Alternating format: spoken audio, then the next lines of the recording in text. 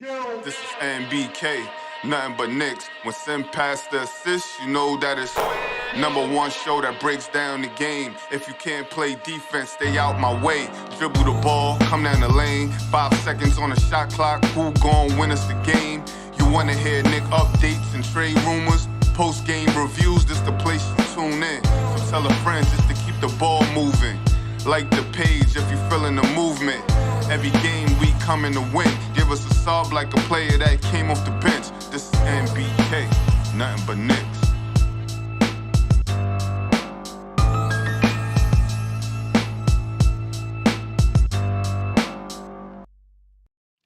Knicks family, what's poppin'? It's your boy. Ladies and gentlemen, tonight is sure to be an interesting night at the Garden. We don't know exactly what's going to happen, but it's going to be interesting, ladies and gentlemen. Now, let's go ahead and get this thing on the road. I got my man Tony Crow. We got Andy in the building. We got some other guy here as well. We're going to go ahead and break this thing down and get it going. Fellas, what's poppin' this afternoon? Andy, what's good with you, bro? Yo, what up, Sim? What up, Tone? What up, the other guy? Happy to be joining on the panel with you guys. What up to the chat? Sim, it's like in the title of the video. Can the Knicks get their 5th win in a row? Can they get the 5th one? I mean, that'll be the longest winning streak of the season if they do. If they're able to get that 5th one, it'll be the longest winning streak of the season. You know, that's, you know, it is what it is, but it'll be the longest winning streak of the season. You know what I mean? But I think there's some other bigger questions. We'll get around to the panel, then we'll start getting into those questions. Tony, what's popping, man? What's good, Sim? International, Andy, Isaiah, Big Bubba. Yo, Black, it's time. I'm ready to get into this discussion, man. This is gonna be a good one. Yeah. And I think, like I said, I'm hoping we run the table. So it's more than 5. We gotta get 5 first, but right. Mr. Other Guy, what's going on? Hey, what's going on, y'all? Sorry about that. I had to do a little, how to get the mic, man. Sim, you gotta get the mic right, Yeah, you know. I got the camera centered today. Okay. Look, come on, man. You learning. It's Just like Julius Randle needs a mentor, you have a mentor. I got a couple of you. I got a BBQ master. I got Tony the 420. If you got him, you know what you mean. You know what I mean? And you got Simeon Russell. No, Sim, today's either gonna be a very regular basketball game. Hopefully the Knicks win, get their 5th straight, or it could be a very drama-filled day today with I'm gonna say this. It would be a very interesting post-game conference. I think everybody's gonna be looking forward to the post-game tonight. Well, I mean, if he's going to speak at the post game, you understand what I'm saying? We'll see. Hey, Sim, like Andy said, I think this might be the one time that all Knicks fans want to see Mark Berman be Mark Berman. Well, here's the thing. Here's my question, and what I don't understand. I don't understand why the Knicks had to have heard it. The front office had to have heard it, right? Excuse me. Get some water, coach. Get some water, coach. Yeah, something. I don't understand why, Andy. Maybe you can help me out here while I'm clearing my throat. I must have got something went in my throat. Yeah. I'm gonna read Sim's mind. We were thinking why the Knicks management, or at least the coaching staff in Tibbs, didn't come out and just dement this thing. So it's all clear, and he got no booze coming in while the warm-ups are even in, right? Right. Hey, quick question: Did they do a post-workout interview? A pregame? Let's just. Thank you. Was that There's gonna be a lot of those, Andy. So yeah, I know. I'm not gonna lie to you, Mama. I don't know if that was a sneeze or a call. So I guess we can start this over, right? Since we getting sick all over the camera. Cornerstone Kev is somewhere looking like yeah. So oh my God. All right, so I started over because I can cut all of that out. Luckily, right? I started over. That was hilarious, though. Yeah. Why did the management just let it fester instead of coming out and saying, this is not true. This is a rumor. I don't care if it's through an Instagram post or Twitter post, whatever it is. Because unless this is what they want to do, but you're setting him up, I don't want to say for failure, but you're setting him up to receive backlash from the fans. Right? And it's been happening all season long, and it's going to happen tonight. At least 50% of the fans that's in the stadium have heard that Julius Randle wants out, right? And they didn't hear, I can tell you now, they're not hearing that it's an unconfirmed source. It's a rumor. The only thing that they're hearing is Julius Randle wants out, guaranteed. And so you know what it's going to be like in the stadium tonight, or I assume what it's going to be like in the stadium tonight. Why wouldn't they have come out and said, it's not true? Even if it is true, just so that it's not pandemonium, and maybe it won't be, but he's going to receive something. Andy, maybe you can jump on that, and then I'll come around to Tony. Yes, I'm going to keep it short. For me, it's like you said, even like half cryptic tweet, like, listen, the management or didn't meet with Julius Randle because we're still with Allen Houston and, looking around the Detroit area, whatever, when he was leaving when he, before he joined the Knicks, whatever, some kind of, they don't have to say like, listen, that never happened. Don't be mad at Julius Randle, right? Because the Knicks fans still would be mad at Julius Randle. Just, something cryptic that they know that the Knicks content creators and Twitter would pick up really fast and spread the word between themselves, right? So it wasn't that hard to dement it. But listen, they didn't do it. So maybe that's the test to Julius Randle, if he can handle it himself for the future purposes being a Knick. But we know that can backlash really fast with Julius. Yeah, that can backfire. Tony, any thoughts on that? Why wouldn't they come out and just dispel the rumor? Well, number one, I think it's not too late. So true. I think let's say it's true. Hypothetically, if it's true, and I'm the Randle guy, right? I say you got to sit him, right? You got to sit him for the rest of the season. You got to sit him. Yeah. So I think the first thing we got to look for is what's the lineup look like, right? Mm-hmm. Where, you know what I mean? When the lineups come out, once we know that, that's an inkling on the validity of the rumor. If it's not true, then it gets very interesting on a number of different levels. Some I'm going to get into later on crossover and Knicks and Bruises. But I the only thing I can really say is it's not too late for them to make their statement whichever way it is, whether it's sitting him or defusing it. And I wouldn't even mind if I would prefer it come from him. Yeah, not the organization. That's true. That's true. So that would be my preference personally. But yeah, that's right. All I got. No, I agree 100%. You would prefer it come from him and say, no, that's not true. I haven't said anything like that. Yeah. And so then I guess the question is, how come he doesn't come out and say it? Right. But if he doesn't, you would think I don't know. You would think the organization might just want to, try to keep things cool, because if he's playing, right? If he doesn't say anything and the organization doesn't say anything and he's playing, I don't think you can assume that the fans just take it by saying, well, he's playing, so he must not have said it, right? The fans ain't going to take it that way. They're just going to be like, what the hell are they doing? This is crazy. He wants out, and they're still putting him on the floor. You know what I mean? So somebody has to say something. I agree. It should come from him first. Can I ask you guys this, though? Is there... What if it's completely made up? Like just fabricated? As a for a couple of reasons. One, to kind of add fuel to the fire, right?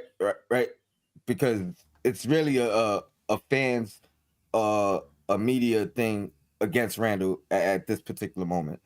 So what if it's completely fabricated in an effort to kind of see what it can lead to, whether it's his removal, more turmoil, more press. You get more clicks. You know what I mean?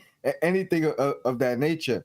And to me, I think it's still on the table. You know what I mean? As far as that could be true in my opinion. And listen, I think it could be true, but I would think that because of the way things have gone, somebody would come out and say something.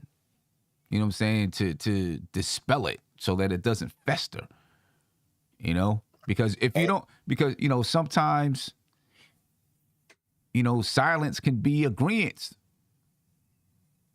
Or it could contribute to, to Randle not wanting to be here, or push him into not wanting to be here. You know what I mean? Because it's like, all right, I'm already dealing with everything I'm dealing with fans, media, etc. And now you're gonna put this out of all things. And again, I'm only speaking on if it's not true. You're gonna put this out, this type of you talk about toxic. Like, I don't think it could get more toxic than this if it's a lie, right? If it's fabricated. I agree. Steph, any thoughts on the situation?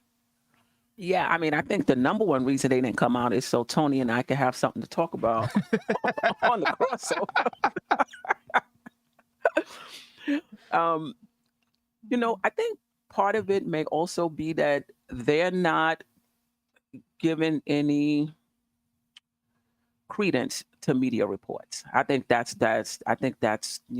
what it is. It's unconfirmed reports. We're not going to even justify it with a statement. So I don't expect anything from the front office, but I would have liked something from Randle. He heard about the unconfirmed reports. It would have been nice to hear something, whether he meant it or not. I'm New York forever, or what it is. So he's going to come out tonight. The fans are going to boo. And I know Tibbs is not going to say anything because he's business as usual, no matter what. That's outside noise. We can't focus on it. We got to keep it moving. Right. But I would have liked Randle to at least said something. You know what I mean?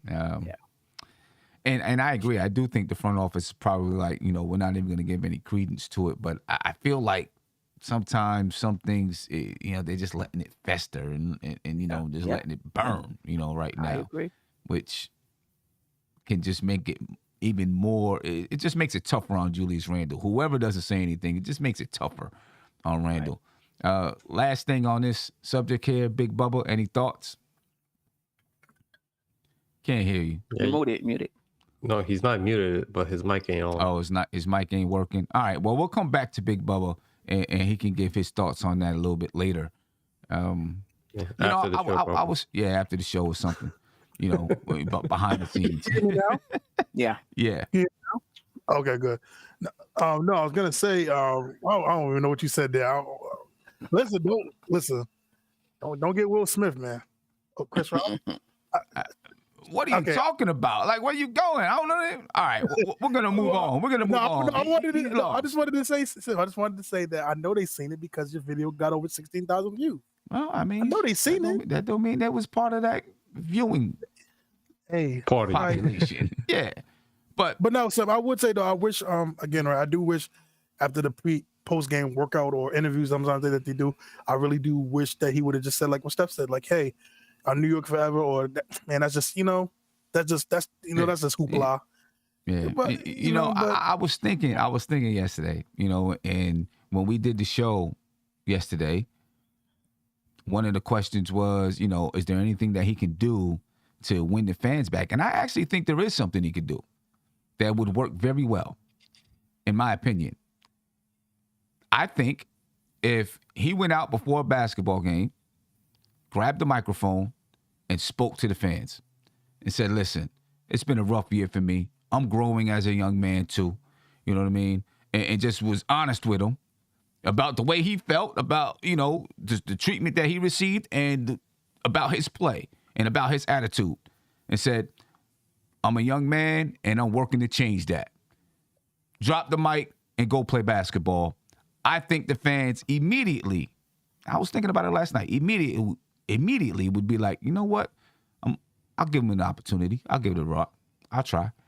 I don't think he's going to do that. If I was there, I would advise him to do that. It can't hurt. You know what I'm saying? But I think that would go a long way in repairing the relationship. You know what's important. What we should look at is the last game of the season against the Raptors, because I think that's a home game, and usually before the game, either the star player talks to the fans, they thank you for a wonderful season. I think that game is very important to see who does it, because right now, it would be even more telling if RJ does it versus Julius Randle doing it, doing the last little ceremony bits of the end of the season, and states certain things like you just said. I mean, listen, if I was him, I would do it now. So that the rest of the season, we can hopefully start to make amends the rest of the season, these last 7 games. It's funny, I was going to say the same thing that Isaiah said, but basically saying that's what I was waiting for, the end of the season, to see if he gave that type of speech or anything like that. But I agree with you 100%. It's more important now, especially with this rumored report. Yeah, exactly. So we'll see, ladies and gentlemen. It's going to be interesting tonight. With the Knicks having the type of season they are, they're finding a way to put people in front of the TV set. I tell you that. You know what I mean? Let's talk about the injury report tonight. For the New York Knicks, Evan Fournier is questionable for personal reasons. Quentin Grimes is out. Of course, Cam Reddish, Nerlens Noel, and Derrick Rose is out. All right, so of course, this leaves you some questions about the starting lineup tonight and who may be out there on the floor for the New York Knicks. For the Hornets, they just played a couple of days ago. For the most part, they have the same players out. Gordon Hayward is out. All right, everybody else is in the G League. James Bouknight is in the G League. I was about to say. Yeah, James Bouknight, he's in the G League. We crying about Deuce, but Bouknight is in the G League, ladies and gentlemen. All right, but Gordon Hayward continues to be out tonight. So when we look at the starting lineups, or the potential starting lineups for the Knicks, I have Alec Burks, Emmanuel Quickley, RJ Barrett, Julius Randle, Mitchell Robinson. And then for the Hornets, you have LaMelo Ball, Terry Rozier, Miles Bridges, PJ Washington, and Mason Plumlee. Now, I'm going to start with you, Steph. Mm-hmm. Do you think IQ goes into that starting lineup? That's what I have projected, but do you think he goes into that starting lineup? I think so. If Evan Fournier's out. Yeah, I think so. At the shooting guard, wow. Yeah, I think he does. I'm not sure who else would be able to. I don't think it would be McBride. I think IQ has been playing better than McBride at this point. I think he deserves it, and I would love to see him with that first unit. So I think he gets the call. Sorry, Andy. A few more gray hairs. No, I agree. And the reason why I have him at the shooting guard spot is because I think, just knowing Tibbs, he's going to want to keep that unit as close to the way it's been as possible. Right? So, I guess it doesn't matter. Either one of those guys can initiate the offense, I think. You know what I mean? I don't think it's going to be, hey, you got to be the point guard. I think it's still going to be either one of those guys initiating the offense. This is, for the most part, the lineup that they use going down the stretch of the game. So they should be familiar with one another. Tony? I agree. I think this is a good opportunity just to even see quickly with that starting unit, with them starters, and I think he will get some ball handling responsibilities as well. I'll tell you what though, where everything that's going on, my spider senses is tingling about Fournier being out with personal reason, whatever the case. I got all kind of conspiracy theories running through my head right now. Yeah, it's I crazy. bet you do. Hey, Tony, your what you call it is cracking up a little bit, starting to crack up. Andy, your thoughts on it? Yeah. Personally, I think IQ has to be in the starting lineup. That means that we are going to see plenty of Deuce.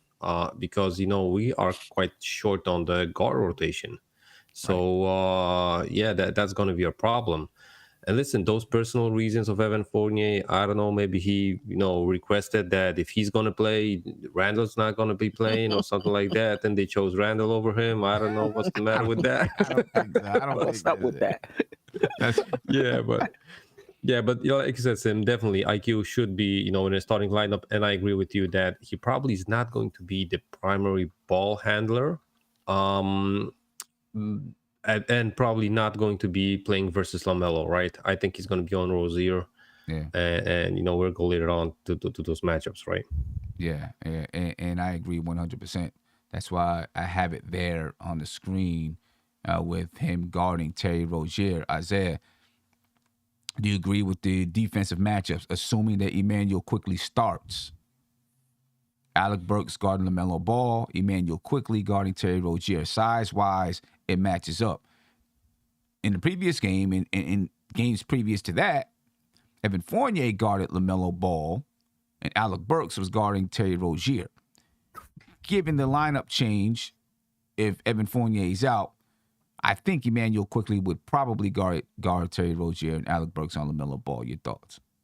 Yeah, I like that. I like that a little bit more than Evan Fournier guarding LaMelo, because I think last time LaMelo had like 32 points, something around there. I don't know if that was all on Evan Fournier. Bro, he had 5 buckets on Fournier. I got that noted down, Isaiah. 5 buckets, 2 threes, and 2, bro. I know you do, Andy. I know you do. No, I like the matchups. I think we match pretty well, and I do agree with everybody else is saying that I would definitely like to see Quick in that starting lineup. And we're going to see a lot of Deuce tonight. We're going to see a lot of Deuce. And we're going to see a lot of.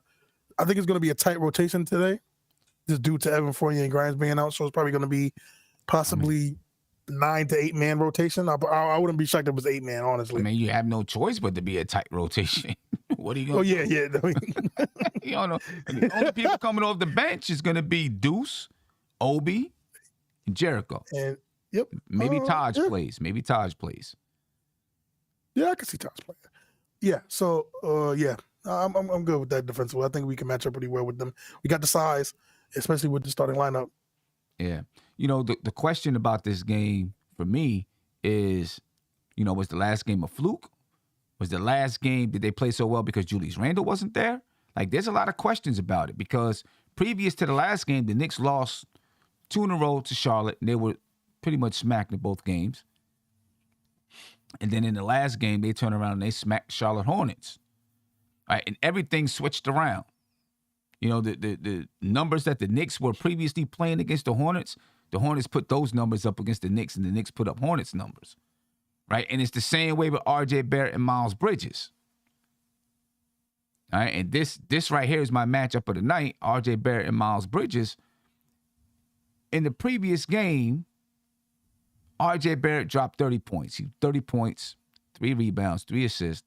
He shot 52.6% from the field. He shot 42.9% from 3, and he was 87.5% from the free throw line. Miles Bridges in the last game, he had 15 points, 5 rebounds, 9 assists. He shot 58.3% from the field, 0% from 3, and actually I think those numbers are a little bit wrong. All right, he shot 50% from the free throw line. Either way, he had 15 points, 5 rebounds, 9 assists. But the numbers kind of flipped, right? And then, but for the season, R.J. Barrett is averaging 16 points, 6 rebounds, 3 assists, 39% from the field, 33% from 3, 75% from the free throw line. Miles Bridges, 25.7%. He averaging 25.7 points per game, 7 rebounds, 6 assists, shooting 59.2% from the field, 34.8% from 3, and 73.3% from the free throw line.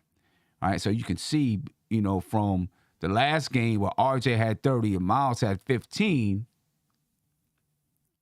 to that was the last game. And when you compare that to what they've done over the season against not really against each other, but against the opposing teams, those numbers flipped. So my question is, which one is real? Is what we seen from the Knicks the last time real, and what we seen from R.J. Barrett the last game real? Or is it the numbers that they've been putting up for the remainder of the season? You know what I mean? I think from R.J. Barrett, those numbers are real. I don't think those numbers are real. The last game, I don't think those numbers are real from Miles Bridges. I think Miles Bridges is going to play much better this game than he did in the previous game. All right, so, I think, he's not going to drop 15. He'll probably be at his average, scoring 20. All right, and shooting 73% from the free throw line instead of 50% from the free throw line. Now he didn't make a 3 in the last game. I think he was 0 for 4 in the last game from the three-point line. Right, so I think Miles Bridges will play a little bit better. I think R.J. Barrett's going to play what he, do what he has been doing since the All-Star break. For the Knicks, that means that the Charlotte Hornets probably play better. But my question, Isaiah, I'll start with you, then I'm going to come to Andy. Which one is real?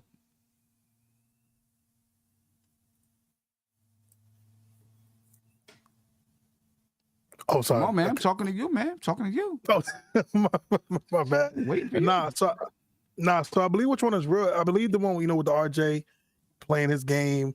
And so it's kind of hard, though, because the 2 previous games, did Randle play those games that we lost? Yes. So it's kind of tough because what can you say when you win the game when Randle's not there, and the previous 2 you lose? And I'm not saying, and I'm not saying this fully on Randle. It's hard to say that, right? Because obviously RJ is playing different. It's just hard to say it because, for example, the Knicks beat Atlanta 3 times straight and Randle was there. And then when Randle wasn't there, they lost to Atlanta. Right? So, it's hard to just pinpoint that. Yeah, no, you're absolutely right. But I do think it's going to be, the correct answer is going to be a blend of both. I think there's going to be a better game through Miles Bridges. I believe that. I think RJ is going to have a little bit more efficiency because I think he shot pretty bad against the Hornets that game. Even though he got 30 points, it was almost on. It was almost no. No. He shot good that game. He shot. 50. Oh, that was the efficient game, right? That was the efficient game. Yeah, he shot bad against Atlanta. Yeah. Okay. All right, sorry. Yeah. So I think, RJ can keep the efficiency because I don't think nobody can guard him on the Hornets.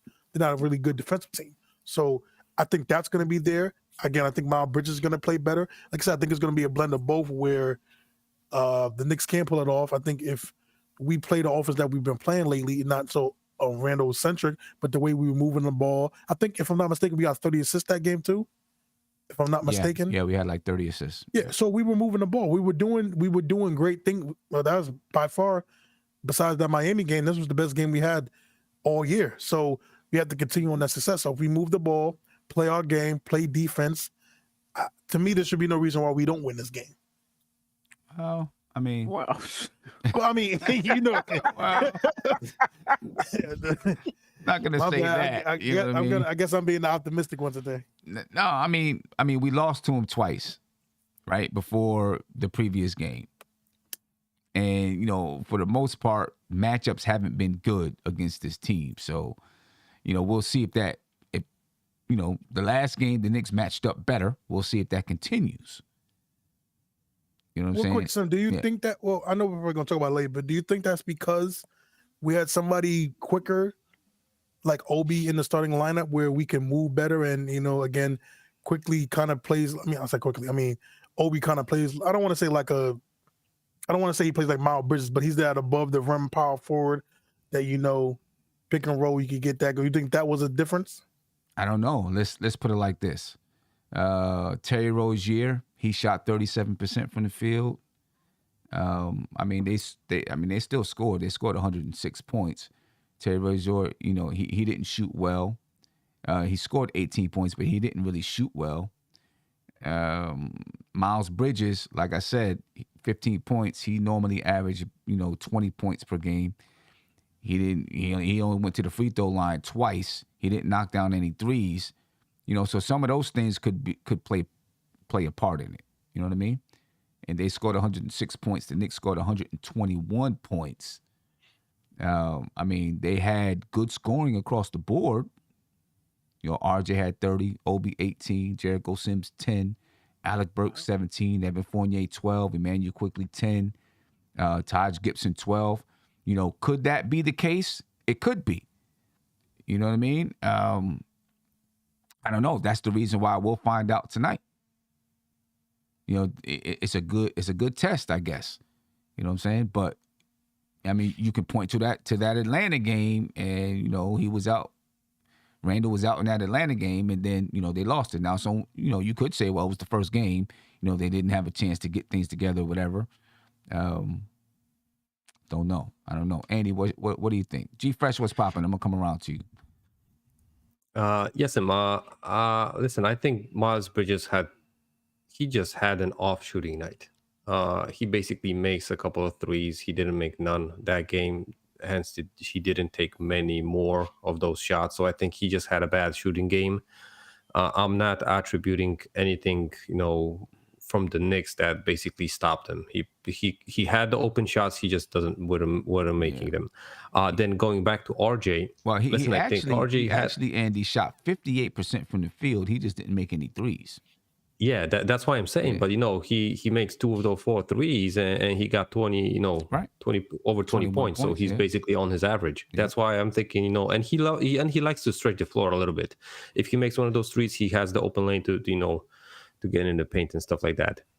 Meanwhile, on RJ's efficient night versus the Hornets, I think Miles Plumlee isn't one of those centers that RJ is basically afraid of. Like the Hogs, they got Clint Capella. That's a great defensive center, and I think that's why RJ doesn't fear to go to the hoop, and he's without the fear, he's basically having a way better efficient night shooting. That's why I think he plays more efficient versus teams that don't have that defensive threat under the hoop. Yeah, okay. We're going to see. This is going to be a good test for the Knicks and for RJ Barrett tonight to see if he can duplicate. He doesn't have to score 30, but duplicate a good portion of that performance. Steph, Julius Randle, PJ Washington. I mean, usually I would say Randle, right? We playing at home tonight. Right. And I want to say, even in the last game, Randle just wasn't missing shots, wasn't making shots. He still had 13 rebounds, 4 assists. When he came back in the last 3 minutes, he put up, I think he hit a shot, went to the foul line, hit 2, had a good defensive play on DeRozan. So it's not like, he's a total wash right now, even toward the end of the season. I think he's going to come out. I think he's going to play well. But this is the thing. Miles Bridges, he takes things personal when Randle is playing. And Randle didn't play last game. So maybe he lost that edge a little bit. Mm-hmm. But trust and believe it'll be back tonight. I think he's trying to prove that he's better than Randle. I mean, he really gets up for these games. Yeah. And, the last 2 games, I think Randle was guarding Miles Bridges. In the first 2 games. Last game, RJ was guarding Miles Bridges. We'll see if they continue that matchup. I think they will. They should, continue that same matchup tonight as long as PJ Washington is starting. You know what I mean? I do agree, though. While it was a terrible game for Randle attitude-wise and shooting-wise, he did other things on the floor. People are not going to recognize that, but he did do some other things out there on the floor. Tony, your thoughts on that matchup right there, Julius Randle and PJ Washington? If he plays, I think he has one of his best games of the year.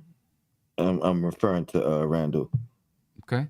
I mean, he got to, regardless whether we keeping him or not, he's got to break out of this whole funk and attitude and disengagement. He's got to break out of it. I mean, if not for the sake of the Knicks as a Knicks fan, but I mean for his career, for future endeavors, like you don't want that reputation, and it's hard to remove when you get it. Right. Now I agree. At some point, he's got to figure out a way to break out. It's going to be tough down the stretch. It'll probably happen on the road, to be honest with you. G Fresh. Well, I'm referring to home because he's been relatively good on the road. And we talked about it the other night. Like he's fine on the road. He's been playing his best basketball on the road. But this guarded thing, he's got to figure out regardless of what. And hopefully it's as a Knick and not as an opponent. Yeah. Trav B. Ryan, thank you for the super chat. He said Mitch wasn't there versus the Hornets either. He was there for the last two, but he was there for the last two losses against the Hornets. G Fresh, looking at the Mitchell Robinson and Mason Plumlee matchup, assuming that Mitchell Robinson plays tonight, and I'm assuming he is. He's not on the injury report. How do you see that matchup?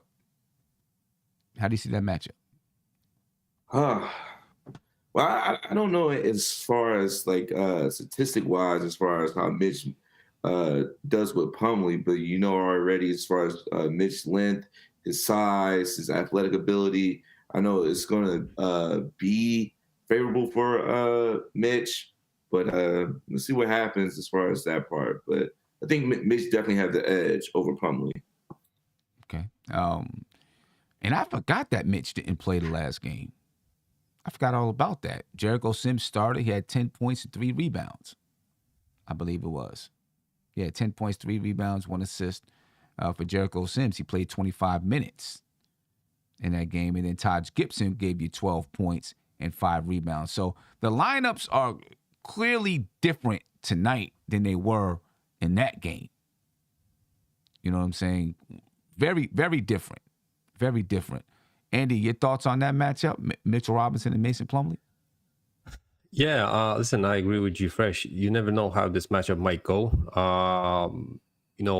Plumlee, Mitch is gonna have the jumping ability over Plumlee, and and the length. But I think Plumlee is also athletic. He's well built. I think he can try to box out Mitch and stuff like that. But that might be a battle under the hoop.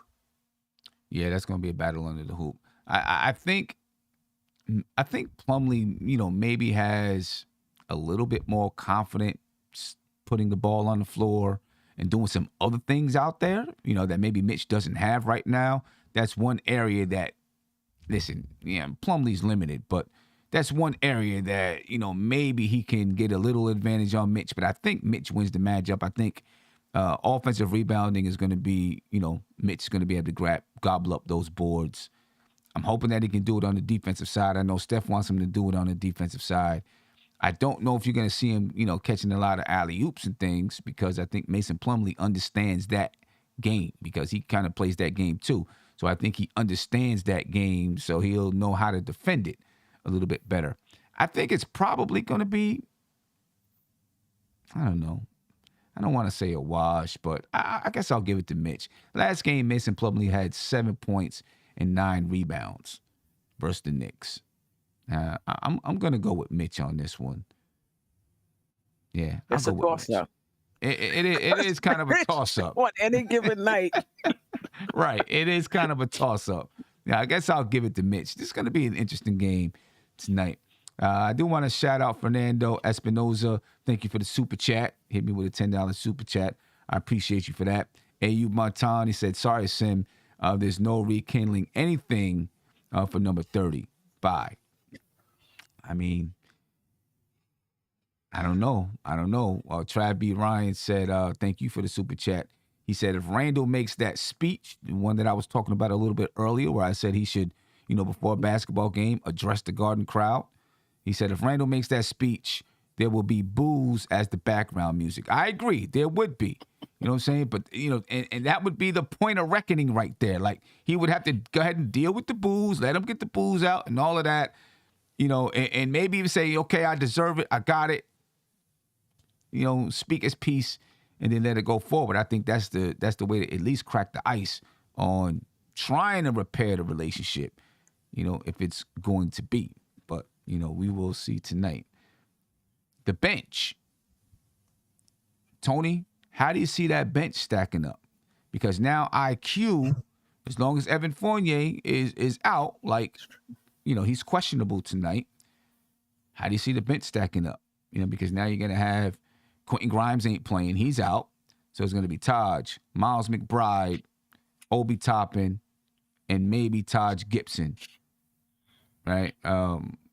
Jericho Sims. So Jericho Sims, Miles McBride, Obi Toppin, Taj. Can I mention think, some people on their bench, Sim? Yeah. Yeah, please do, actually. Oh boy, Montrell Harris, Montrezl Harrell, Kelly Oubre Jr. is on their bench. Isaiah Thomas is on their bench as well. I think those are the notables. I think Cody Martin gets some minutes as well. And they got that Jalen McDaniels kid who gets some minutes. Jalen McDaniels, yes. Yeah. Tonight we undermanned, so I can't even give us the advantage. What I will say is the guys that we do have, like Obi's obviously been playing his best basketball. Taj is like he comes in and when he gets the minutes, he does what he can do. And Deuce has been playing well too. Who am I missing? I'm missing somebody. Did you say McBride? Sims, I think I'm missing. And he's been pretty solid, at least, great rebounding. I think it's gonna take everybody. I will say that, but we're at the disadvantage. Yeah. I think it's really important for our starting unit to really outperform their starting unit tonight. Yeah, I think they have much more scoring power off the bench tonight than the Knicks do. Much more scoring power. It's going to be interesting. But obviously what's going to happen is IQ and RJ Barrett, I think, will still play with the bench. You know what I mean? So that you keep that lineup together. So now IQ, remember, this is the lineup that normally closes games. IQ, Burks, Barrett, Randle, Robinson. So now you just take, RJ Barrett and quickly you have to play some extra minutes. And then you go ahead and you put IQ and RJ Barrett with the second unit. So it'd be IQ, Barrett, Deuce, Obi, and Jericho Sims still. Sim, or Tibbs might just forget to make any sub and he's just going to ride the starters to the end, bro. He's like, I got these guys on the court. Let me not sub them. Just right. Wait till then. One thing I will say, we probably got to get to a fast start against this team. The two losses that we have against Charlotte, we got into like real slow starts with this team. And every time we try to make a run or a stop, we just couldn't do it because we got behind in the first loss.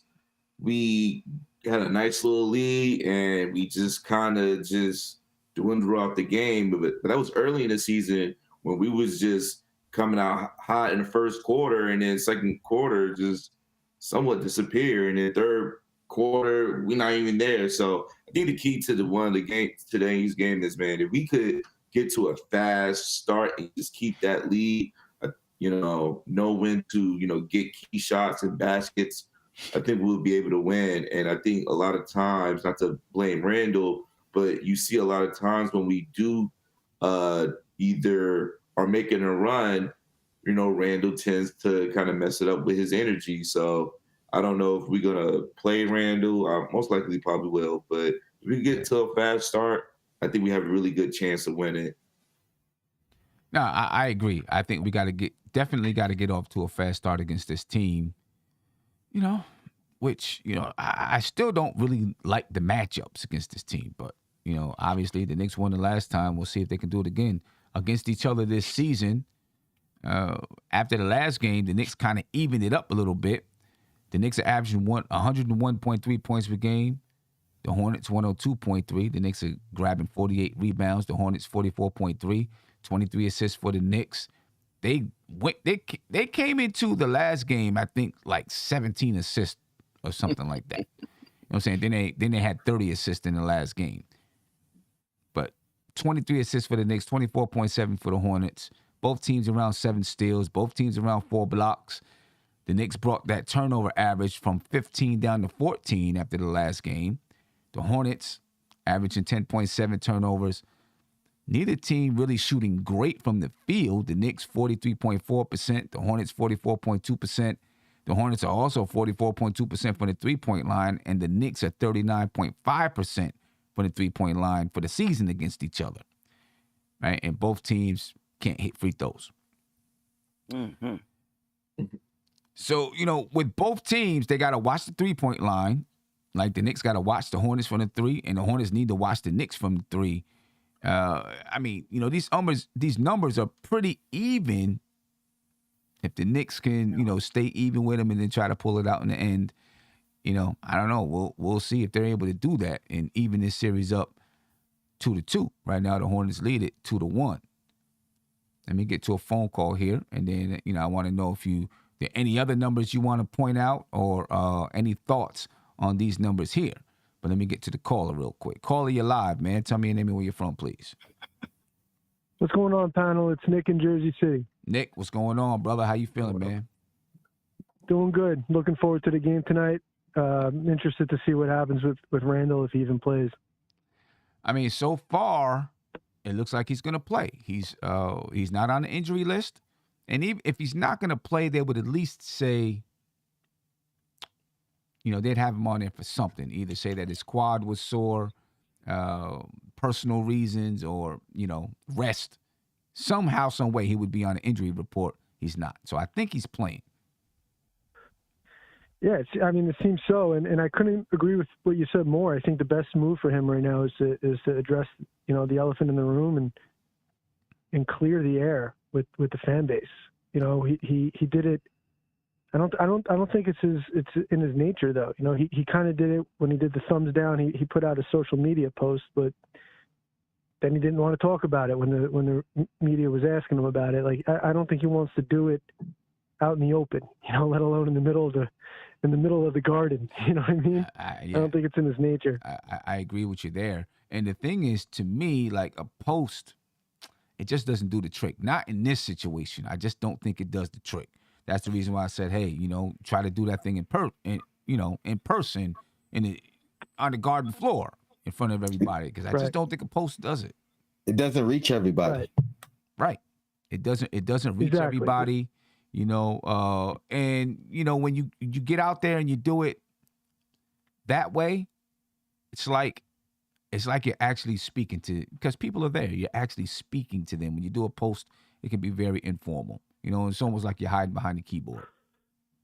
Absolutely. Everybody knows that. With personal relationships, if you're texting somebody, it's not the same as calling them up or saying it in person. So I think, that redemption angle with Randle going into the offseason, I think is the best case scenario. And I know a lot of Knicks fans are going to disagree, just get him off the team no matter what. But if he could go out and just get his mind right, and they could, double down and rally around this situation, and kind of he comes into next season with his mind right and totally different attitude, that's the best case. But, I don't know if we could trust Randle to maintain a good mentality throughout the course of a season, because seasons have ups and downs, and he doesn't seem to be like the kind of, when the going gets tough, the tough get going.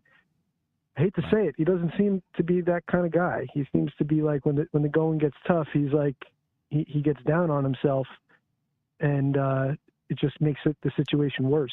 But I want to see that as the first option, because the alternative is, they could package him in a deal with other assets, whether it's picks and young people, some of the young guys that they want to move, like maybe like a Cam or something, for a good asset, which is probably unlikely, and you're selling them cheap. And then the other option is you got to just offload them for like Harrison Barnes or something to get cap room, and that's not ideal either. I mean, it's one option to go out and just clear cap space, but they're going to be a worse team next season then. Yeah. You know what I mean? So, but you know what? But here's the thing. It's not a good side. Here's the thing, though. Like, let's say you did unload them for like a Harrison Barnes, right? And I don't know exactly how much Barnes is making, but maybe 42. He's making 42 for the remainder of He's his contract. It would work. I looked it up on realgm.com. I don't know if it's 42 or if that's just the number they put, but they're making similar salary, where if they did a 1-for-1 swap, and I imagine the Kings would have to throw in some picks or something. I'll be honest with you. right? If that's all that I could do for Julius Randle, I wouldn't be too heartbroken if I got back Harrison Barnes and a couple of draft picks. I wouldn't. Me neither. I wouldn't. Me neither. He can play defense. He can shoot the ball. He can post up. He can do some things offensively. He's not going to be, this big superstar. Probably not going to make, well, I'm not even going to say probably, not going to make the all-star team. But you know what? If you did that, you may even leave room to where Obi can start. Harrison Barnes can come off the bench. And you still got, if Obi's not getting it, you got a guy like Harrison Barnes that does know how to get it. So I wouldn't be, if that were to happen, I wouldn't be totally upset about that. Right. And then in after next season, Barnes and then all the vets on our team come off the books. So it kind of sets you up on that right timeline for 2023 with the youth and 2 max spots open for 2023 and going forward. And then, all the picks. So that's one option, and it's probably the best that they could do. The other option is, all that talk that we were talking about last season of, let's cash in right now. Let's trade RJ and some young guys for Bradley Beal or whoever. I thought that was misguided at the time, but we could have that same conversation this offseason right now and just instead of talking about moving RJ, which none of us want to do, you talk about Randle. You trade Randle and this upcoming first-round pick and maybe a McBride or something for a guy who could come in and be that, duo with RJ. Go out, if we're gonna go get Donovan Mitchell, right? The only thing, maybe Randle's a centerpiece of that. And I know the Jazz might not be stoked about that because of his attitude, but it's something. Yeah, the only thing that I'm looking here is for Harrison Barnes. I forgot all about it. They just picked up Domantas Sabonis. Unless you're gonna put Sabonis at the center spot and Julius Randle at the power forward, then they'd be kind of small, I guess. And then, of course, if you're talking about the Wizards making that move, they got KP now, and they got Rui Hachimura. So I don't know exactly where that fits in. Somewhere out there'll be a move, and it could be a 3-team trade that, has to take place. But like I said, if you're bringing back a Harrison Barnes, if that's what you had to do, I wouldn't, I wouldn't cry over that. Yeah. So I don't know, man. We'll see what takes place. It's going to be interesting to see how he approaches the game tonight, how the Knicks approach the game, and, of course, what the fans are going to do. But, hey, Nick, I appreciate your time, man. Take care. Bye-bye. Take care. Yes, ladies and gentlemen, the beginning of the game, it's going to be interesting throughout the game, not just the beginning of the game. Looking at we just looked at the team comparison. I don't need to go through that. Some of my keys for tonight, playing against this team, obviously, playing with space, pace, and movement, right? We talked about that in the last game. And Steph pointed out, you can play with space, pace, and movement, but you got to put the ball in the hole too. So there's got to be more than just that, right? You got to put the ball in the hole. They've been able to do that. I think we got to make sure we defend the three-point line, right? They're shooting 42% or whatever it is from the three-point line against the Knicks this season. So the Knicks got to be able to defend the three-point line and then take care of the basketball. And I know in the last game they took care of the basketball, but the previous 2 games, they were turnover prone against this team. This is a team that likes to get their hands in there, right? They play the passing lanes well. They get a lot of deflections. The Knicks got to take care of the basketball and not allow them to get in transition. Because if you let LaMelo Ball, Scary Terry, and those guys loose, you know what Miles Bridges can do to the rim. You know what I mean? It's going to be troublesome for the Knicks. So you got to make sure you're taking care of the basketball. Our half-court defense has to be on point. But our transition defense has got to be on point too, right? That's what I'm talking about again. We're not allowing them to get in transition, get up and down the floor, because if we do that, we're going to be in trouble. Both defenses got to be on point. Half-court, because they can move the ball. They got guys that can shoot, so you got to be on your rotations. You got to be communicating. You got to finish the defense with a rebound. Transition, you got to get back because we don't want these guys to get loose. And start getting, dunks and all this stuff at the Garden because the Boo Birds is going to come out heavy if that happens. Right? And then we got to execute down the stretch. Last game against Chicago, I really didn't think we executed great down the stretch. We did enough to win the game. I didn't think we really executed that great. We just did enough. I'd like to see us execute a little bit better this time down the stretch. You know what I mean? Big Bubba, I'm going to come to you. I want to know if you have any other thoughts to add here. And if you have any numbers that you wanted to add to the team comparison, you can do it at this point too. All right? Go ahead, man. Yes. Next time you just come on and say yes, I'm going to skip right past you. Come on, man. So don't do it. Come on, man. Don't do this to me. Nah, so yeah, I mean, look, again, we already talked about the numbers. Numbers are pretty even so far because of that last game and everything.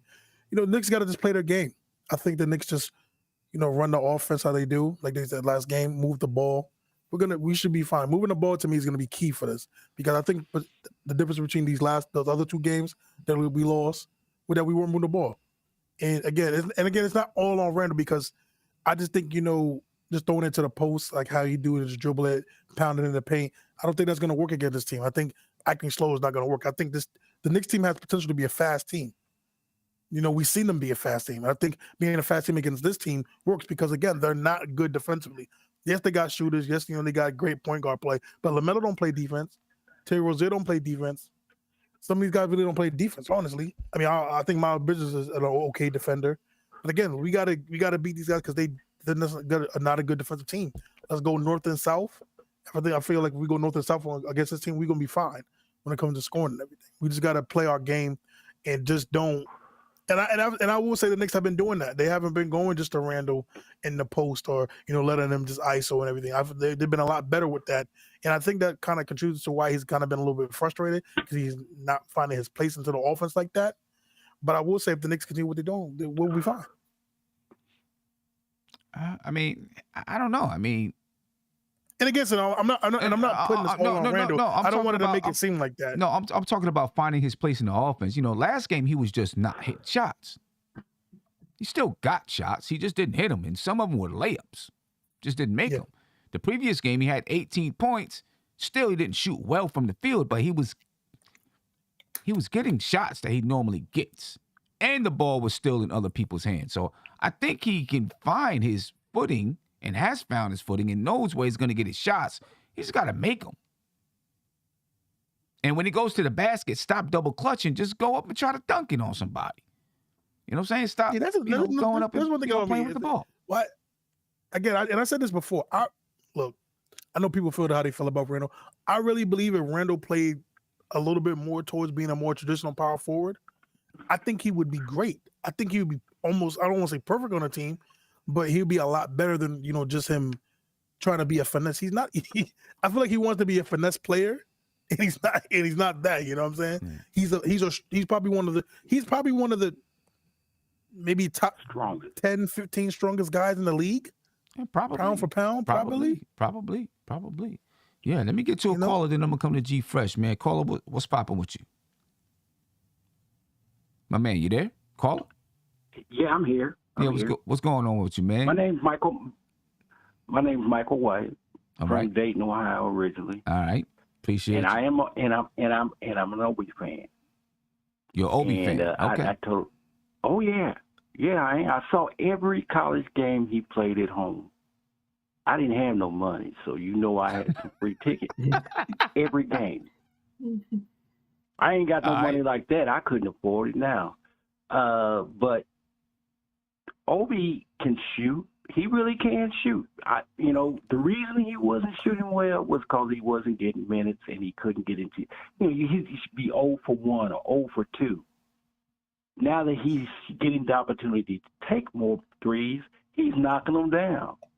And as far as the interesting thing about this is that during the time that Randle was in high school. I lived in Dallas. My kids played ball with him. I had a team. I had an AAU team. Randle was the best player in the nation. Mm-hmm. But he'll never be a good player here again. He just did some things that he should. He did some very Dallas things. I mean, he's a very Dallas thing. I don't know if you've ever been to South Dallas. He wasn't from South Dallas. Okay. His mother was a wealthy person, and she put him in a private school out in Plano, which is a suburb, really rich, and he grew up really, really good, but he was coddled all the way through. Okay. I mean, I think that he could play. I think if Tibbs were to get fired, then Randle could come back and the next coach would deal with Randle. If Tibbs stays, Randle really need to go because Randle's going to be. He's going to get mad about some things, and he'll quit him. Okay. He's a hell of a player, man. He was the best thing in the whole country when he was in high school. Yeah. What do you think about tonight's game versus Charlotte? I think it's going to be really, really tough. Mm-hmm. With all the young dudes. But they should be able to compete. And it will be an issue because they've got some great players. I mean, they really do. Yeah, they got some guys should be a better team than they are. They got some guys that can ball over there. Let me get one last question, then I'm gonna get to my panel here. If assuming that Randle plays tonight, after the rumors that came out yesterday that he said he's done as a Knick, and nobody's dispelled the rumor. Do you believe that? I don't know. I don't know. But how do you think he plays tonight under what's going to be some pressure from the Garden? I don't think that what he does on the floor, when he's playing, I don't think that's the issue. It's like after a foul or, it's hard to play with the Knicks, but I don't have any, I'm not sorry about anything. That he should not have been pushing people, and he's kind of off the hook, man. Yeah, really off the hook. Like, we know. Crazy. We know. Wow. I mean, I don't want to call him crazy, but I think he could have a big game tonight. Oh, I hope so. I mean, I would like to see him have a good game. He's a player, man. There's no reason for him to have bad games. Right. I would like to see him have a good game. But my man, I appreciate your time. Thank you for your call. All right. Be easy. Yeah, and I'll call you again. I look at you all the time, but appreciate it. I'll call you again. All right. We can talk about it. All right. Appreciate you, my man. Hopefully both Obi and Randle have a good game. G Fresh, keys to the game, man. Some keys that you'd like to emphasize for tonight. I think one of my keys is actually Randle. If he plays, and I think he is going to play, I think if he could take on, moving forward, I think if he change what his role is going to be to this team, I think I think we could win with him kind of being this how can I say it? A Draymond-esque type of player. Mm-hmm. Where Draymond, we all know that Draymond's going to play defense and Draymond's going to move the ball around. He's going to, hold guys accountable, which I don't really expect Randle to hold anyone accountable. But what I will say, if Randle could just take on that role, be very selective with his shots and play some defense and, move the ball around, don't let it stick in his hands, we could easily win this game. I think that's definitely one of the keys to the game. Okay. All right. Andy? Yes, and for me, it's two things. What I'm afraid of, that the Hornets can do is we need to limit and stop early, like defend even full court on their point guard, which is LaMelo Ball, and then backup one, because they want to initiate the fast break really soon, and stopping that pace for them and just disrupting the pace is going to make huge things for our defense.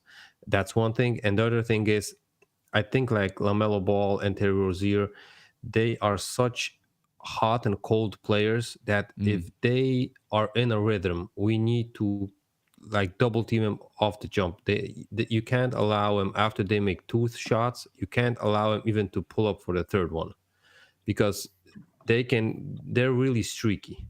And it can be the other way around. They can miss 5 in a row, 5 open shots. But if they make 2, you can't afford for them even to pull up for the third one. And that's what I would love to see. Just make someone else shoot the ball like once, twice, and then you can allow them for just to pull up for a shot. But I'm not allowing them to take by one guy like 5 shots in a row. That's unacceptable for me. Yeah, and this is where Jericho's going to come in because he's shown that he can be really good with trapping the ball and then getting back, to his man or whoever he's assigned to guard at that moment. You know what I mean? So if one of those guys are getting hot, I think you do see Jericho Sims come in. I think Mitch can do it too, but I think Tom Thibodeau right now maybe trusts Jericho Sims a little bit more to execute that trap, that half court trap or whatever it is they do. Steph, any keys you want to point out? Yeah, first I just want to say that Charlotte is only a half game up on Atlanta. From dropping to the 10th spot, I think the 9th seed has the home court advantage for that game. So they're going to come really trying to win. They're going to be up for this game. Half court and transition defense, we're going to be able to score. They're not a very good defensive team, especially if Randle plays, as RJ plays. They may not be the most efficient players, but they put points on the board, and we need them to do that. So that'll be there, but we have to stop them, right? LaMelo Ball, I think, hung 32 on us. Rozier can get hot. Bridges, Miles. So, and even Plumlee if Mitch is sleeping today, right? And then also not to turn the ball over. We have IQ in that starting lineup. He has to make good decisions. He plays with this team down the stretch, so it shouldn't be anything new. So hopefully he doesn't get freaked out because he's starting, right? And that he plays well and makes good decisions. Yeah. So IQ is gonna he might play 40 minutes tonight. Wow. Right. Just based on the players that the Knicks have out, as long as Evan Fournier is out, right? He's questionable for tonight. Not a lot of guards on the team. Off the bench, you're talking about Deuce McBride, the only guard coming off the bench. So he might play 40 minutes. Do you see a point where there could be diminishing returns with IQ? I mean, obviously he's erratic a lot of times. You know what I mean? He's been playing well for the past couple of weeks, but he can be erratic. Do you see a point that you say, man, 40 minutes, there might be some diminishing returns with IQ? Absolutely. Already, if he hits a shot, you'll be like, oh, here we go. He about to throw up 3 more, Right. So, and then knowing that there really isn't anybody behind him, so yeah, it can deteriorate, and the thing about this team is we don't have somebody that'll go to a play and be like, yo, chill out. We don't have that. If somebody goes rogue, nobody says anything. I mean, maybe Tibbs will call a timeout and he'll say something, but as far as the rest of the team, they won't. So that's definitely possible, Sam. Yeah. And I mean, the thing is, I guess if that happens, will Tibbs go with Deuce then? We'll just say, hey, let me sit you down for a second and throw Deuce in here. Right. But then Deuce is probably going to be on the opposite end of the spectrum. Right. You know what I'm saying? I am looking forward to seeing Deuce play some more minutes. Hopefully he gets that 20 to 25 minutes tonight. Yeah. Mm-hmm. Tony, any keys you like to point out? Then I'm going to come to the caller. Yeah, I agree with everything you got up there, so I'm kind of going to play off of them. Defend the 3-point line. I want us to actually perform and hit out threes. I think that's going to be key to the game, as well as take care of the ball. But I want us to force turnovers, and get in transition, because I think that helps us just as much as it would potentially hurt us on the opposite spectrum. Obviously, execute down the stretch. I think one of the more important things, with us being so limited with the bench, they're gonna need to really perform every minute that they have on the floor. You know what I mean? So they're gonna have to take advantage of their opportunity on the floor and impact the game, as Tibbs would say, because we need everybody tonight. You know what I mean? Every time they come in, they need to give good minutes and let these other guys get their rest so they could come back in fresh. So IQ or RJ or whomever, Randle isn't playing 40 minutes. You know what I mean? I think we're gonna have to really spread the minutes out tonight to reap the benefits. Yeah. I agree with you. Let me get to this caller. Caller, you're live, man. Tell me your name and where you're from, please. Caller, you there? I guess not. We'll move on. I'm pretty sure we'll have another person calling in soon enough. I do want to ask everybody, please make sure you subscribe to the channel if you're not subscribed. Ring that notification bell so you'll be notified anytime we go live. All right. We got the crossover. Tony, what time is the crossover today? 5:30? With the 6:30, right? 6:30. Game 7:30? 6:30. Yeah, 6:30. Crossover today is 6:30. What topics are you guys breaking into?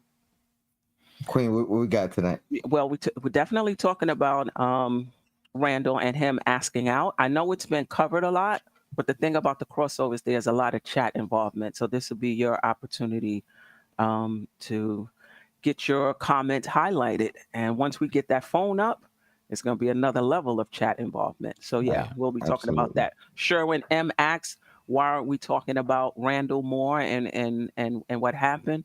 We'll do it on a crossover. And I'm doing Knicks and Bruises at 5:30 too. So we're gonna have a lot of Randle talk today. Yeah, I mean, we've been talking about. I mean, we did a lot of talking about Randle yesterday. The entire show was on Julius Randle yesterday. Yeah. We do have a game to play tonight, so I don't want to just focus on Julius Randle and how things are going to go down at the Garden. You know what I mean? Because I just don't want to focus on that. We'd like to give everybody else their attention too. IQ, RJ, they all need some attention out there. Caller, you live, man. Tell me your name and where you're from, please. Yo, Big Frank from LA. What's up? What's going on, Frank? How you feeling, man? I'm feeling good, man. I'm feeling good. I'm ready to let the Randle go, but no Randle talk right now. I'm gonna talk, and of course I'm addressing Steph because the Queen got the knowledge. First, who really thinks McBride is really going to get more than 5 minutes with Tibbs, the coach, and he may give IQ 47 minutes and give Burks 46, and we got 3 minutes of McBride. Okay, enough about Tibbs also. So I'm coming back to, last game, I think a factor, which, Queen will be right away to tell you, a factor why Charlotte misses, why good shooters miss, not just tight defense, but fatigue. Running because we moved so much with him, Obi. You saw who were the starters? They were moving so much that to keep up with us on defense, wear them out a little bit on offense. They come back. It may not be that they were off. It may be the legs were getting tired trying to follow us, and Randle doesn't do that. So people actually get to rest at half court against us when Randle's in. When Obi and Sims are running like that with IQ and McBride. They're running and they get back down, and they run back down the other court. They're tired. They're like, oh, man, that three's a little short now. So that's one of my philosophy is why we actually also had a better, one, with score against it because we can run, and two, they're a little fatigued. So what do you think about that theory? Any thoughts? No, I think you're right. That's part of the reason why you want to play faster. Like Mike D'Antoni, that was his whole philosophy. With the 8 seconds left, get up the floor, get your shots up. It's going to make the other team tired because they're not used to running and playing that style of basketball. And it works that way still in the NBA. And when you have the type of offense that's really, really slow, and it doesn't have to be just – most people think of pace as transition offense. It doesn't have to be that. It could be moving the ball in the half court, but, keeping it popping. That also makes the defense has to move. So I agree with you 100%. I appreciate that. I knew Queen will agree because, by the way, let's say Queen Steph, she's almost always right.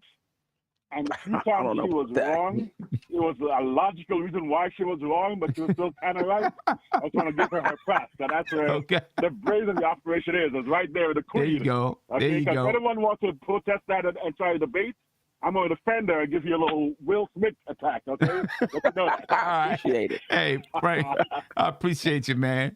Appreciate you. Protect black women. I love you guys, man. Keep it going. No doubt. Let's get some predictions going, man, on what you think happens tonight. Andy, I'll start with you. Do the Knicks get this win tonight? Well, actually, okay. Let's do two things. Since Sherwin, not Sherman, Sherwin M, I mixed up the W and the M, sorry. Sherwin wants to talk about Randle. What do you think happens with Randle tonight? How does Randle perform? How does the crowd react? And do the Knicks get the win? Okay. Well, Sim, I think the Knicks get the W. Randle gets booed. He plays maybe not a mediocre game, but he plays maybe 20 points, the 10 rebounds, the 4 assists.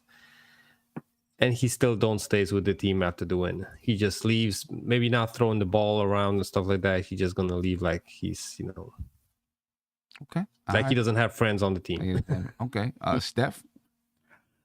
I think he plays. I think he's going to be the same Randle. I think he's going to be the same Randle. I think he's past the being shook by the fans booing. I think he's used to it at that point. So I think he's going to play the same.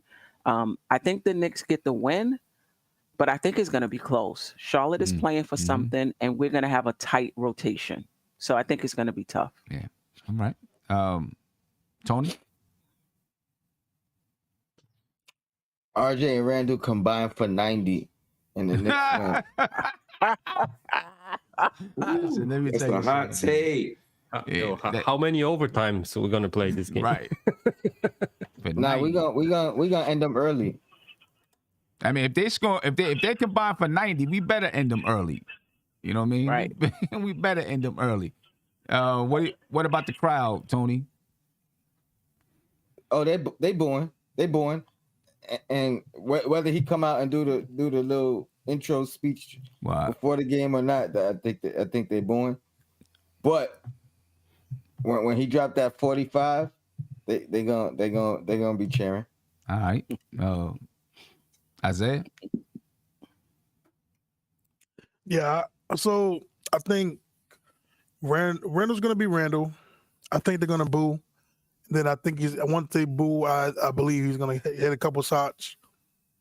And I think his stat line is gonna be 22, 11, 6. Okay. And we do win. All right. And I will say this. I predict he will go to the podium. And Mark Berman's going to ask him the question. And he's going to dismiss it. Okay. All right. Will you be satisfied with that? Yeah, I would be. I mean, again, I don't think he's going to. I would be honest with you, Sam. I would be more shocked if he gave us a viral post-game interview, just like an outburst of anything, versus him just going on and be like, yeah, that's. No. He's either gonna laugh it off or just play it off. But see, here's the thing. This is what I'm afraid he'll do. He'll get up there, and Mark Berman or whoever will ask him the question, and he'll say something like, "Did you hear that from me?" Yeah. Yep. Right. And then I can see that. And then if they follow up, well, do you deny it? And he'd be like, "Did you hear it from me?" You see what I'm saying? And so now he really avoids it. Doesn't even really answer, doesn't deny it, but just avoids it. You know what's crazy? You see what I'm saying? Something like that doesn't work for me. You know what's wild? I'm going to take that back because he will do. Yeah, that is something he'll definitely do. I could see him doing that. Exactly. Right? Absolutely. Did you hear it from me? You're just hearing from rumors. Who's your source? Da-da-da-da. All kinds of things like that, and never really answered the question. So, that right there, to me, if he says that, I'm going to take that as him as yeah, it's true. That's what I would take it as. If he gets up there, because if it were me, I can only go by, what I would do, I guess. But if it were me and I know I didn't say it and someone asked me the question, I'd say, no, I did not say that at all. Right? But if I, try to beat around the bush and, just give a smart aleck answer, that probably means I said it, but I'm not putting it out there in the media like that. So that, you never really hear it come out of my voice or come out of my mouth. You know what I mean? And so I'll be looking for that. If he tries to do that and just beat around the bush and says, did you hear that from me? Or, who are your sources and stuff like that? To me, I think that means he said it. G Fresh. Oh man, I think Randle is probably one of the most unpredictable players like I ever seen in a while. So to kind of sit here and say, okay, he's gonna have a good game, a bad game, what he's gonna do, you just don't know. You see a lot of times in games where he comes in extra motivated, he's focused, and then middle of the game dwindle away. So you just don't know what you're gonna get from Randle. You really don't know, but I would expect him to at least do too much. And I'm not saying that in a bad way.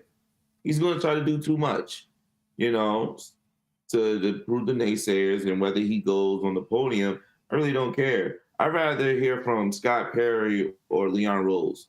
I think it's about time that them two say something. Give us a point of where this franchise is headed. You don't have to necessarily talk about Randle, but let us know, hey, we're planning for the future. Okay, cool, we got that. That means we could kind of insinuate maybe get rid of Randle, or no, we can continue to build this team up the way it is. So then, as a fan base, we know, okay, it looks like we're going to keep Randle, but right now, as a fan base, we just don't know what they're going to do. And really, honestly, Randle, in closing, whether he takes a podium or not, I agree. He's not going to own up to anything. He hasn't. And I don't want to hear that BS, Instagram post that he usually do. I'd rather him, like a man, go to the podium, say what you got to say, and keep it moving. But most likely he won't do that.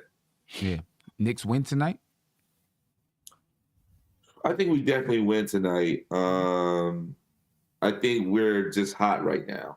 Okay. I think everything is rolling. And I think it's to the point where if you looked at certain games, other people are rolling, but Randle's not rolling, and we lose.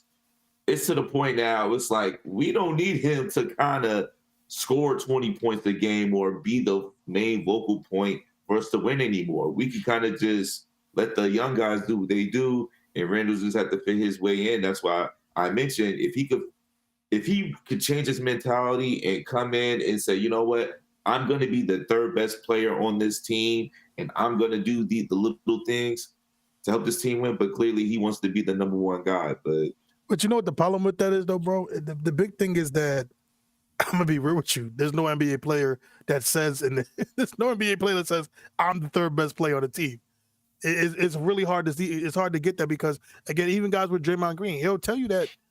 I mean, of course, Draymond Green will tell you that he's the third best player, but he'll probably tell you he's the most important player. And he'll be the most important player. It's hard because, again, this ego, it's ego to a certain extent, but this ego has gotten him to the league. That you've been the best player from middle school to high school to college to NBA. This is the ego that most. RJ Barrett has an ego. He just doesn't show it. You know what I'm saying? Every player has an ego. It's just about, to me, the difference between him and Draymond is that Draymond sacrifices. Draymond does those little things because that's what he wants. He wants to win. And I'm not saying that to an extent that Randle doesn't want to win. He probably wants to win his way. That's absolutely, the thing. I agree on that. Want to win his way. So it's more tough to say that. Do I think Randle can really come here and say, "I'm gonna be like Draymond Green"? No, I don't think he'll ever say that. Because that's not what's gonna get him. I think it's more about. I don't think he has to say, "I'm okay being this option or that option." I think he just has to fit in with the team. Right. Whichever way the coaches ask him to do. Now, some can argue that that's what he's tried to do because this is what the coaches told him to do from the time that he's been here. Right? You look at all, last season, the first half of this season. I don't think that he's upset that RJ has the ball in his hands more. I really don't. I don't think he's upset at that. I think it's just more of the entire atmosphere surrounding him and the fans and, his bad play and attitude. I think it's that whole thing. I don't think it's, oh, my gosh, now RJ got the ball. I don't think it's that. I really don't. No, I don't think that's sad at all. I don't see that, from him. But you definitely, hey, I get it. If you're an athlete, you got this far. You do have a competitive nature, competitive spirit. You got to remember, his mentor was Kobe. So, he wants to contribute to winning. Kind of like the Carmelo Anthony tidbit when Bullock said it. If Melo and them lost, but Melo scored 15 points, he's pissed. Right. That's kind of the same attitude that Randle has. I scored 18 points, but I was 2 for 18. And I also think that, part of it is like, even now, obviously, Randle did things in the previous game to make people like, you can't defend it. You know what I mean? The way he was disinterested, the way he didn't celebrate with his teammates and left off the floor. But like Steph said, he had 13 rebounds. He had 4 assists, I think it was. He did some of those things, and that can go when. For him, that can go overlooked. Oh, but he shot 1 for 9. You know what I'm saying? And then, I know people. All in my comments yesterday were like, "Oh, Sam, you talk about the fans, blah, blah, blah, blah." You know what I'm saying? But it has to hurt a player when you're having a 30-point game. RJ's not playing well, and the fans purposely chant RJ's name simply to get under your skin. That has to bother you. You know what I mean? And you hear it too. That has to bother you. And some also too, I think a big thing, and it probably hurt his ego, and it probably hurt him as well, is that last year, you go from last year to your style of play got you to be in the MVP conversation. Just the conversation. Your style of play got you the second team All-NBA. Sorry. No need to cry. I knew it was coming. I tried. See, Kevin be proud of me. Kevin be proud because I did the audio. But no, so your style of play got you to being an all-star, got you to be second NBA, got you having MVP chance. Again, your style of play got you the extension. Mm-hmm. And then to this year, the same people that chanted MVP, the same people that chanted all these great things about you, Big 15, we here, they're booing you. They're calling on the second guy to come off the bench. They're calling for RJ. I mean, and again, clearly, we don't want to get too deep about what they're saying to his family because it's clearly affecting his family. Right. Again, all these things, man. It's like, yo. I mean, but included in that is his bad play, right. So that adds so that adds on top of the frustration because he just there are nights he just can't buy a bucket, you know what I mean. And then of course he probably doesn't see where his attitude adds into his frustration, but that does as well because it makes everything else fester. You know what I mean? So all that, it's just, this has to be the worst. It's clearly the worst season of his career. Oh, you know what I mean? Hands down. Bad. When he gets like that, I don't think he can control himself. Yeah, like when he gets emotional like that, nothing else matters. And the team won, none of that matters. I'm upset, I don't know, over the rough. I don't think he was upset over them winning and whoever was scoring. Something happened. He was upset. And when he gets upset, that's all he sees. He can't see and process anything else. Yeah. And that's something he's going to have to get help with.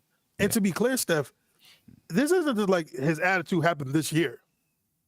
He's always been emotional. He's always been emotional. Even ever since he's been here. And I can't speak for the Pelicans and Lakers. I didn't watch those games. Gentry said he was emotional. Gentry said when he played here after the game, he must have said something to Gentry. He said passionate. Is that what he said? But that's just a key. I thought he said emotional. But anyway, Gentry acknowledged that he's always been like that. Yeah. So again, right? These are not the things. Again, it's just not like this year. This came out of nowhere. I mean, last year you seen that again. One of the big times was against the Brooklyn game last year, where that was just a complete thing. But it's just been a tough. I mean, again, this has been the season for him. It's been a rough one for him, boy. I know. Listen, when this season is over, he probably ain't gonna pick up a basketball for a minute. He's like, I'm decompressing. The season. They said the season over like in the second week of April, right? Basically. Yeah, something like that. Yeah. So I guarantee you, Sim, he probably won't pick up a ball till probably June. I don't know. June. We'll see, but. If I was him, I'd take a little bit of a break just to not be around basketball for a couple of weeks. On a private island too. Yeah, exactly. No way. Listen, the whole month of May, I'm out. I'm out. Go someplace where nobody knows who I am and just and just chill. You know what I mean? And then come back and try to, regain myself and start working out, getting back in shape and this and that. Because it's been a bad one for him. It's been a bad one. I can't imagine, man, what he's going through. You ever worked at a place where it's time for you to go to work and you just dread walking into that building? Yes. You're like, oh my gosh, I got to go here today. I'm here right now. Your boss watched this show. You're on live. Well, technically, I'm the boss. You know what I'm saying? Well, no, but the owners, come on now. Come on. No, but Sim, you know what's crazy though, Sim? I'll tell you a quick story, right? I won't say the place where I used to work at, but there was well, I can't. I'm not gonna. But I had a job where I'm not gonna lie, I was depressed every day going in there. I'm like, here they go. Then my boss says, hey, they gonna do this, and that. Listen, I'm like, dang, I want to be independent just like Sim. I want to wear bucket hats, but I can't. but it is true though, Sim. And look, at the end of the day, I was just working at a regular job. This man has to go in front of 20,000 people every other night. First of all, you're already getting booed. You're already getting booed at away games. I'm getting booed at home games too. Yeah, that's just a double win. Maybe even on the street. Right. He might even be getting booed on the street and restaurants on Twitter. He's probably got the DoorDash app ready to go. Right. You know what I'm saying? I remember, Steph, I remember one time, Warcliffe phrase is hilarious. He was like, this is when we had Carmelo. He was like, there was a certain player that went to a restaurant with a Phantom that got booed at the restaurant. I was like, how you boo people at the restaurant? Right. That's wild. Derek Grant says, sorry, Sim, but Knicks fans are everywhere. Listen, you know what? You probably go to some remote island and the Knicks fan probably show up out of nowhere.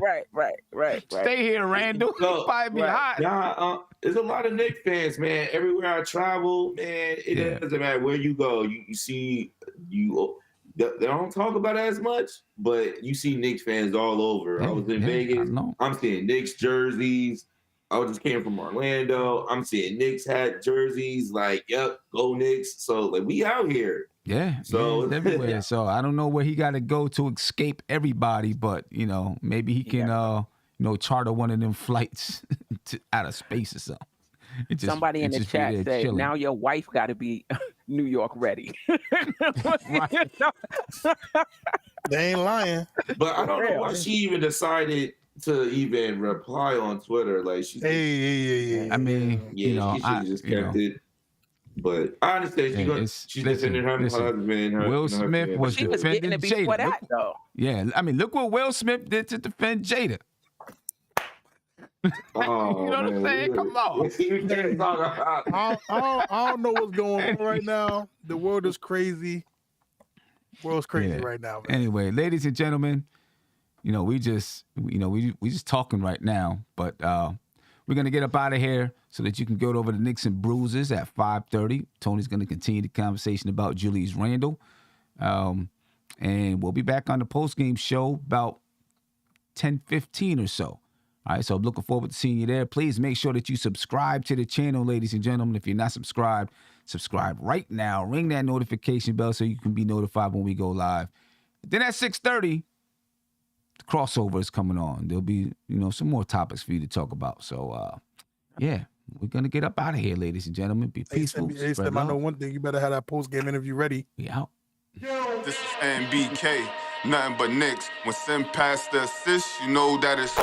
#1 show that breaks down the game. If you can't play defense, stay out my way. Dribble the ball, come down the lane. 5 seconds on the shot clock. Who gon' win us the game? You wanna hear Nick updates and trade rumors? Post-game reviews, this the place you tune in. So tell a friend just to keep the ball moving. Like the page if you feeling the movement. Every game we coming to win. Give us a sub like a player that came off the bench. This is NBK, nothing but Knicks.